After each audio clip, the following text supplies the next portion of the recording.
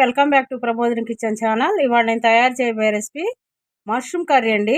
గతంలో నేను mushroom curry చాలాసార్లు చేసా, కానీ ఇది రెస్టారెంట్ స్టైల్లో చేస్తున్నాను ఇప్పుడు. అందుకోసమే చెప్తున్నాను ఇవి ఏ విధంగా చేసుకోవాలనేది. ముందుగా వీటికి కావాల్సిన పదార్థాలు: mushrooms, tomatoes, onions, green chilli, coriander,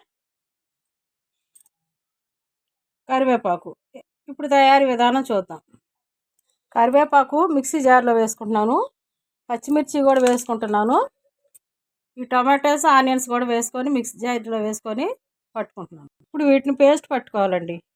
ఇదిగోండి, చెక్క, లవంగా, యాలకులు, షాజీరా, బేలీఫ్, ధనియాలు అనేవి కూడా వేసుకుంటున్నాను. మిక్సీలో వేసుకొని పట్టుకుంటాను. ముందుగా స్టవ్ వెలిగించి పాత్ర పెట్టుకున్నాను. దానిలో వేసుకున్నాను గరం మసాలా. ఈ పేస్ట్ వేసుకుందాం, పట్టుకున్న పేస్ట్ వేసుకుందాం.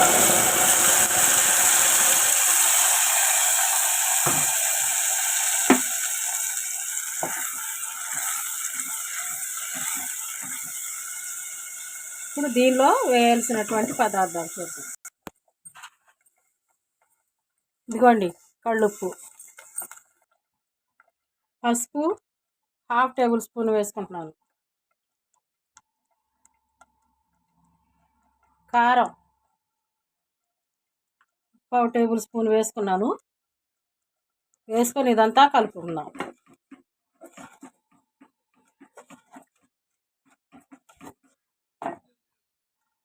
ఇదిగోండి, హోల్ గరం మసాలా కొంచెం వేసుకుంటున్నాను.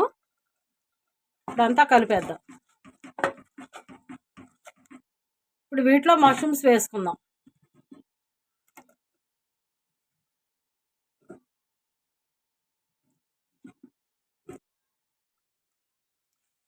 తర్వాత కరివేపాకు పైన చల్లుకుందాం.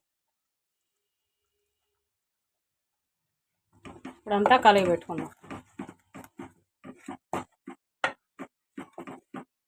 అంతా సింపుల్గా చేసుకుందాం అండి. అంతేకాదు, సిమ్లో పెట్టి చేసుకుందాం. ఇదిగోండి, ఈ విధంగా ఉన్నప్పుడు కొంచెం మూత పెట్టుకుందాం. దానిలో ఉన్న వాటర్ అంతా పైకి వస్తుంది. ఇదిగోండి, ఈ విధంగా వచ్చింది. దీనికి మళ్ళీ తాలింపు వేద్దాం. ఇదిగోండి, తాలింపు కావాల్సిన పదార్థాలు: ఉల్లిపాయలు ఆ సైజులో కట్ చేసుకోవాలి, పచ్చిమిర్చి, టమాటాలు, జీడిపప్పు, అల్లం ముక్కలు. ముందుగా స్టవ్ వెలిగించాను, క్లే పాన్ పెట్టుకున్నానండి. దానిలో ఆయిల్ వేసుకుంటున్నాను.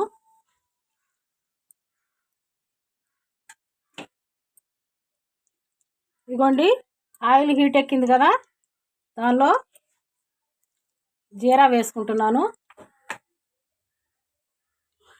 అది చిట్పట్లాడుతుండగా ఆనియన్స్ వేసుకుంటున్నాను.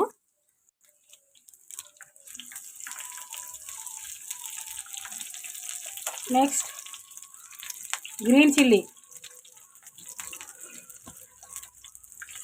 అది కూడా కొంచెం వేగాలి. ఆ తర్వాత జీడిపప్పు, తర్వాత జింజర్,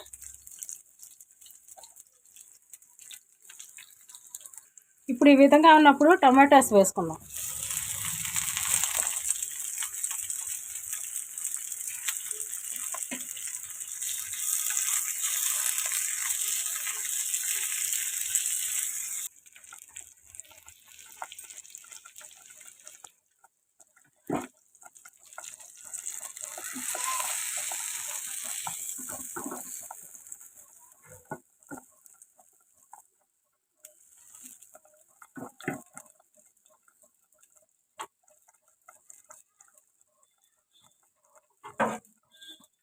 ఈ విధంగా ఉన్నదాన్ని పైన కొరియండర్ చల్లుకుందామండి.